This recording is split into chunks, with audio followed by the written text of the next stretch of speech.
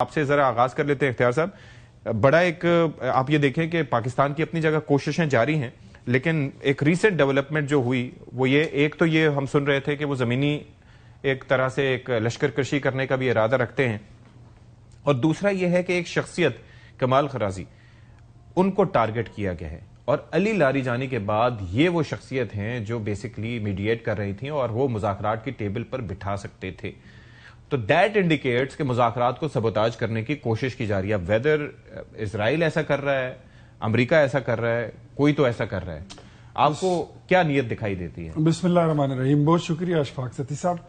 دیکھیں، میں جہاں تک مجھے سمجھ آتی ہے تو امریکہ خود جو ہے وہ مزید چیزوں کو الجھانا نہیں چاہتا، اور جہاں تک اسرائیل کی بات ہے اور انڈیا کی بات ہے وہ چیزوں کو سلجھانے یا سلجھنے نہیں دینا چاہتے. اچھا، وہ بیچ میں ڈنڈی مارنے کی کوشش کرتے ہیں، کیونکہ اس وقت پورے خطے میں جو صورتحال بن چکی ہے اس میں اگر وار کرمنلز تو بہت سارے ہیں، لسٹ بہت بڑی ہے، لیکن وار ہیرو جو ہے وہ پاکستان نکل رہا ہے، تو ان کو پرابلم تو ہو رہی ہے. وار ہیرو جو ہے وہ ہمارے وزیر اعظم اور ہمارے سی ڈی ایف. ایران تو ہے ہی ہے نا، ایران تو the one who is actually fighting the war.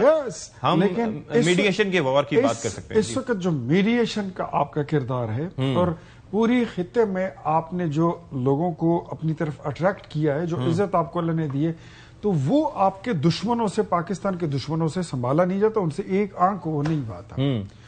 یہ ان کی شرارتیں اپنی جگہ، اور ٹرمپ نے خود یہ کئی بار کہہ بھی دیا تھا کہ مجھے اس جنگ میں الجھانے والے 2-3 لوگ ہیں، اور ان کا انہوں نے نام بھی لیا تھا.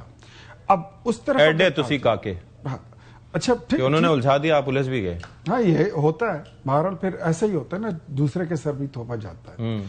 لیکن ایک چیز یہ بھی ثابت ہوئی ہے، سنس آپ کے آج بڑے اچھے پینلسٹ ہیں، مجھے جو چیز سمجھ آئی ہے، ایک طرف ایٹم بم ہوتا ہے، ایٹم بم کی طاقت ہوتی ہے، اور ایک طرف ہم نے دیکھا کہ آبنائے ہرمز کی کیا طاقت ہے. وہ کسی ایٹم بم سے زیادہ طاقتور ثابت ہو رہا ہے، جس نے پوری دنیا کی، میرے خیال میں آدھی سے زیادہ دنیا کی اکانومی کو ہلا کے رکھ دیا ہے، اور وہ بھی ان کے پاس ایک ٹول ہے جو وہ استعمال کر سکتے، انہوں نے کیا.